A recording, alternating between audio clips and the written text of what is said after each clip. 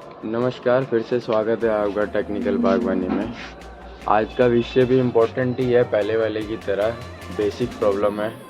Cocopeat का सही इस्तेमाल कैसे करें, हेडलाइन में आपने पढ़ ही लिया होगा। सही इस्तेमाल में सिखाऊंगा आपको, उसको प्रोसेस कैसे करते हैं वो सिखाऊंगा इस बार आपको मैं, और उसको धोते कैसे हैं, उसको प्रोसेस करते कैसे हैं और उसको इस्तेमाल कैसे करते हैं वो सिखाऊंगा मैं। 90% लोग उसको खाद के रूप में इस्तेमाल करते हैं, जो कि सबसे ज़्यादा गलत है। इम्पोर्टेंट ये है कि उसको प्रोसेस कैसे करते हैं इस्तेमाल करने से पहले। चलिए देखते हैं। जैसे कि आप ये देख सकते हैं, आज इसका 3rd डे है, तीसरा दिन है। हमने वो जो कोकोपीट की ब्रिक आती है उसको हमने आधा करके इसके अंदर 3 दिन पहले भिगोया था। आज इसका 3rd डे है भिगोए हुए। अब इसका आगे का मेथड मैं आपको समझाता हूँ। 3 दिन पहले की भिगोई हुई कोकोपीट है कि हमने पानी में भिगो रखी है। आप कम से कम 2 दिन भी कर सकते हो, लेकिन 2 दिन से कम मत भिगोइए, ठीक है। फिर आपने कोई ऐसी बास्केट लेनी है या प्लास्टिक कुछ भी ऐसी लेनी है, या आप इसकी जगह कोई छल्लीदार कपड़ा भी ले सकते हो, जिसमें ऐसे ये बहुत ही सुराख बनी हुई बाजार से आराम से सब्जी वाले 50-100 रुपये की मिल जाती है। अब आपने इसको ऐसे रखनी है और ये कोकोपीट को आपने ऐसे लेके ये छोड़ना है। ये देखिए ऐसे करके आपने इसको छोड़ना है। इसके नीचे से क्या होगा कि पानी निकल जाएगा। इसमें जो पानी जो होता है ये नमक का होता है, उसमें कई तरह के केमिकल भी होते हैं। ऐसे वॉश करने से वो केमिकल और जो भी नमक जिससे ये प्रोसेस होता है वो उसमें से पानी में निकल जाते हैं, जिससे कि पौधों को हानि नहीं होती है, ठीक है दोस्तों। ये ऐसे आपने करना है। इसके बाद मैं आपको ये सारा निकाल के आपको वॉश कैसे करते हैं ये तो बताऊँगा। जैसा कि आपने देखा था, हम इस ड्रम का जो कोकोपीट था वो हम इस बास्केट या ट्रे में पलट रहे थे, तो अब हम पलट चुके हैं। आप देख सकते हैं इसमें भी कोकोपीट है और इसके अंदर भी कोकोपीट है। तो ऊपर नीचे करने का कारण ये है कि जब हम इसमें पानी डालेंगे यहाँ से इसको धोने के लिए, तो नीचे ऑटोमेटिकली पानी जाएगा, वो भी थोड़ी थोड़ी धुलाई होगी, जिससे कि पानी की वेस्टेज कम हो। ये हमारी अपनी साइकोलॉजी है। पानी वेस्ट होने से वैसे बचता है, पानी कम लगता है। अब आप देखिए धोने का तरीका। ये मैंने नली चालू कर दी है, पानी आने शुरू हो गया है। इसको ये सही तरीका है धोने का। ये आप देख रहे हैं, इसका ये मैरून रंग का पानी है, लाल रंग का पानी, मैरून रंग का पानी।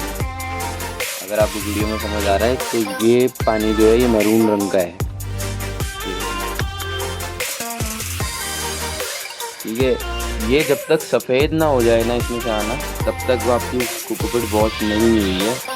जब तक ये लाल पानी, मैरून रंग का पानी निकल रहा है, जब तक आपने धोनी है। 3-4 बार कम से कम धोनी पड़ती है। अगर आपका फिर भी लाल पानी आ रहा है तो 5 बार भी धो लीजिए, तभी आपकी कोकोपीट यूज़ करने लायक बनेगी। बीच बीच में ऐसे इसको हिलाते रहना चाहिए। ये पहले मैंने हिलाया, फिर ये टैप वाटर चला दिया है, ठीक है जी। और फिर मैं इसको फिर हिलाऊंगा थोड़ी देर बाद, ऐसे करके। आपने भी ऐसे ही करना है, जिससे कि इसका जो भी इसके अंदर केमिकल है वो जल्दी से बाहर आ जाए और कोकोपीट बिल्कुल ही शुद्ध कोकोपीट हमारे पास निकले, जिससे कि पौधों को कोई भी किसी तरह की हानि ना हो।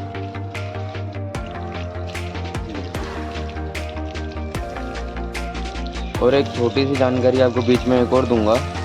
हम लोग क्या करते हैं, इसके जो छोटे छोटे कण होते हैं ना, वो आप जितनी भी छन्नी लगा लें या कुछ कपड़ा ऐसा हमने जैसे ग्रीन लाइट लगाया है छानने के लिए, तो पानी तो नाली के अंदर कुछ जाता ही है। ये हमारी नाली है, पास में कुछ कण जाते हैं, तो आप इसका ध्यान रखिए कि नाली में ना जाए। आप अपना ये ऐसा ग्रीन नेट का कपड़ा लगा लें, नाली में जाएगा तो आप परेशान होंगे। फ्यूचर में ब्लॉक हो सकती है नाली या कुछ भी हो सकता है। तो आप ऐसे ग्रीन नेट लगा लें उसको छानने के लिए, नाली के ऊपर ही डायरेक्ट रख दें, या जहाँ धो रहे हैं उसका यहाँ पर, जैसे यहाँ धो रहे हैं तो यहाँ पर एक ऐसे ग्रीन नेट का बॉर्डर सा लगा दें, ताकि सिर्फ पानी जाए, कोकोपीट ना जाए नाली के अंदर। ये नाली है तो नाली के आसपास ऐसे वो लगा दें ग्रीन नेट। छोटी सी जानकारी है जो मैं आपको बता रहा था, बेसिक आपके घर के लिए कोकोपीट से अलग।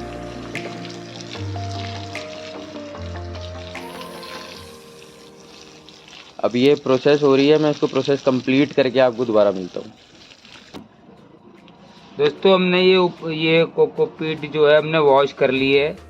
कम से कम 5-6 मिनट हमने ये टैप वाटर चलाया है। और हम इसको ऊपर के हिस्से को ऐसे निचोड़ के इसमें डालेंगे। इसका वाइट पानी आना शुरू हो गया है, देखिए वाइट पानी आना शुरू हो गया है। और ये ऐसे हम ऊपर का हिस्से को कम से कम जो ऊपर का हिस्सा है वो 4 इंची तक हम ऊपर की कोकोपीट ऐसे निचोड़ के और अलग कर लेंगे। ये हमारी कोकोपीट तैयार हो चुकी है ये जो है। इसके बाद जो नीचे 4 इंच नीचे की जगह मिली है उसको उसी तरह से दोबारा से प्रोसेस करेंगे जैसे हमने शुरू में वीडियो में बताया है। दोबारा से उसको ऐसे करना, नल चलाना है, ऐसे करना, नल चलाना है। और फिर 2-3 मिनट के बाद नल चलाने के बाद फिर इसको ऐसे ही निचोड़ के ऊपर से उतारनी है। ऐसे आपने करते रहना है जब तक बकेट खाली ना हो जाए। तो ये फ़ायदा होगा कि आपकी कोकोपीट बहुत ही फाइन तरीके से वॉश होगी। सबसे अहम चीज़ हम आपको बताना भूल गए। अहम चीज़ ये है कि जब भी आप कोकोपीट को धोएंगे वो आपने कॉरपोरेशन के पानी से धोना है, सुबह शाम वाले पानी से, जिसमें जो एमसीडी का पानी होता है, जिसका TDS 250 होता है। 250 TDS के पानी से आपने धुलाई करनी है। और जो भी जिसके यहाँ भी कॉरपोरेशन का पानी की समस्या है या नहीं आता है कॉरपोरेशन का पानी, तो उसके लिए समाधान ये है कि आप अपने बोरिंग के पानी से धो लें 4 या 5 बार, जब तक वो सफ़ेद पानी नहीं हो जाता जब तक धोएं। उसके बाद आपने क्या करना है, उसको आपने लास्ट में RO के पानी से या लास्ट में आपका RO का पानी या फिर कॉरपोरेशन के पानी का अगर हो जाता है जुगाड़ कहीं से, तो उस पानी से आप उसको धो सकते हैं लास्ट में। पहले आप बोरिंग के पानी से उसको सफ़ेद पानी होने तक उसको धो सकते हैं। कोकोपीट इस्तेमाल क्यों और कैसे की जाती है इसके बारे में हम आपको बताने जा रहे हैं। ये हमारी कोकोपीट के अंदर किसी भी तरह का कोई भी न्यूट्रिशन नहीं होता। ये सिर्फ मिट्टी को पोरस करने के लिए, फोगी करने के लिए, हल्की करने के लिए होती है, जिससे कि आप जो भी आप प्लांट लगा रहे हो वो इसकी जो जड़ें हैं वो जल्दी से इसके अंदर फैल जाएं, जिससे कि पौधा जल्दी विकास हो जाता है। और दूसरा ये कि ये मिट्टी के अंदर काफ़ी देर तक नमी बनाए रखता है, जिससे कि आपको जल्दी पानी डालने की ज़रूरत नहीं पड़ती। ध्यान रहे, कोकोपीट को गमले में ऊपर से डालने का कोई भी बेनिफिट नहीं है, कोई भी इस्तेमाल नहीं है, क्योंकि ये कोई खाद नहीं है। ये सिर्फ मिक्सिंग के लिए होती है, या फिर सीडलिंग, जैसे हमने ये सीडलिंग ग्रो करी है, सीड डाले हुए इसके अंदर, इस सीड के अंदर सीड को जर्मिनेट करने के लिए इसका यूज़ होता है, या पौधे की कटिंग ग्रो करने के लिए इसका इस्तेमाल होता है, या जो नए गमले बनाते हैं उसकी मिट्टी के अंदर ये मिक्स करने के लिए, पौधे की डेवलप के लिए, विकास के लिए यूज़ होता है। बाकी इसका और कोई यूज़ नहीं होता, ऊपर डालने का कोई यूज़ नहीं होता। दोस्तों अब हम कोकोपीट को बीज उगाने के लिए कैसे इस्तेमाल किया जाता है ये बता रहे हैं हम। अगर आप कोकोपीट के अंदर ये परलाइट होता है, कैलटेक्स कंपनी का परलाइट है, अगर आप इस कोकोपीट में परलाइट मिला के अगर सीडलिंग ग्रो करते हो तो उसके रिजल्ट बहुत ही अच्छे आते हैं। इसको परलाइट का क्या काम होता है कि ये तो हवा का संचार बनाए रखता है कोकोपीट के अंदर। जो आप जर्मिनेट करेंगे, इस तरह के ये छोटी छोटी पानी की टंकियाँ हैं, ये ऑक्सीजन बनाए रखती है जड़ों के अंदर, इसका ये यूज़ होता है। और दूसरा ये भी टंकियाँ ये पानी इसके अंदर अब्जॉर्ब कर सोख लेते हैं, जिससे कि आपको पानी और लेट तक देना पड़ता है। सीडलिंग ट्रे के अंदर नमी को काफ़ी लंबी तक इसकी वजह से बनाए रखता है, और ये परलाइट की वजह से जड़ों को ऑक्सीजन मिलती है। इसको आपने 10% लेना है। जितने भी कोकोपीट की जैसे डब्बा है, जैसे पूरा ये गमला है, इसमें पूरी कोकोपीट भरी हुई है हमने, तो इसके आपने 10% परलाइट मिलाना है। परलाइट मिलाने के बाद आपने इसको ऐसे मिक्स करना है और आपने सीडलिंग ट्रे में ऐसे भर देना है। ये ठीक है।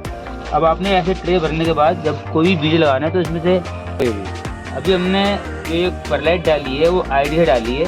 आपने जितने भी गमला भरा हुआ है उसके 10% परलाइट मिला के उसको ऐसे सीडलिंग ट्रे में भरना है। और बीज एक बात ध्यान रखना, बीज मैं आपको बता रहा हूँ कि बीज जब लगाते हैं आपने ऐसे भर लिया, हल्की से आपने ऐसे उंगली मारनी है, ऐसे उंगली मारनी है, और इस बीच में आपने बीज रखना है एक एक, तो फिर वापस इसको आपने इससे ढक देना है। ये बीज लगाने का प्रोसेस बता रहे हैं मैं आपको। जो बारीक बीज होता है, जैसे टमाटर का होता है बैगन का होता है वो बारीक बीज होते हैं, उनको आपने ज़्यादा गहरा नहीं दबाना, हल्का सा ऊपर रखना है और ये कोकोपीट को ऐसे इससे हल्का सा प्रेस कर देना है। जो होता है बड़े बीज जैसे आपके हो गए घिया के, करेले के, तोरी के, उनको आपने थोड़ा सा आधा इंची नीचे तक रखना है, आधा इंची नीचे आपने बीज रखे जो बड़े बीज उनको उसको फिर ऐसे आपने ढक देना है, बस सिंपल है। अब जो दूसरा जो कोकोपीट को इस्तेमाल करने का तरीका है, दूसरा तरीका ये है कि आप उसको मिट्टी में मिलाते हैं।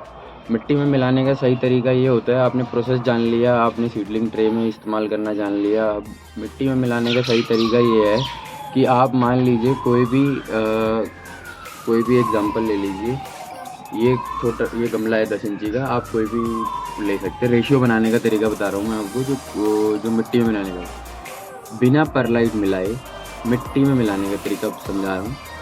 बिना परलाइट मिलाए आपने एक पार्ट लेना है कोकोपीट, एक पार्ट लेनी है मिट्टी, ये पार्ट है समझ लीजिए, एक पार्ट कोकोपीट, एक पार्ट मिट्टी, एक पार्ट कोई भी कंपोस्ट खाद।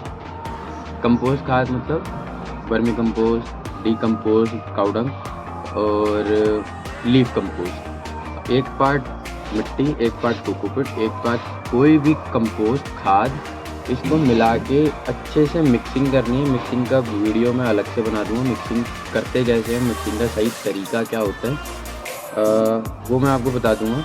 मिक्सिंग अच्छे से करनी है, अच्छे से मिक्सिंग करने के बाद तब आपकी कोकोपीट अच्छे से यूज़ करने लायक बनती है। ये तो आपके अलग अलग तरीके हो गए जो मैंने आपको कोकोपीट का समझाया अभी तक। आपको आशा करता हूँ आपको समझ आया होगा। ऑर्नामेंटल या छाँव वाले पौधों के लिए आपको एक अलग से विस्तार में जानकारी दी जाएगी कि उसमें कैसे कोकोपीट इस्तेमाल होती है, उसका एक अलग से तरीका आपको समझाया जाएगा।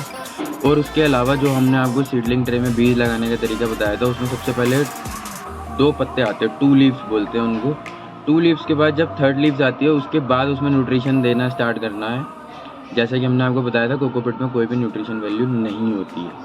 तो इसको जानने के लिए हमारे आने वाली यूट्यूब वीडियो के लिए हमारे यूट्यूब चैनल के साथ जुड़े रहिए, टेक्निकल बागवानी के साथ। नमस्कार, धन्यवाद।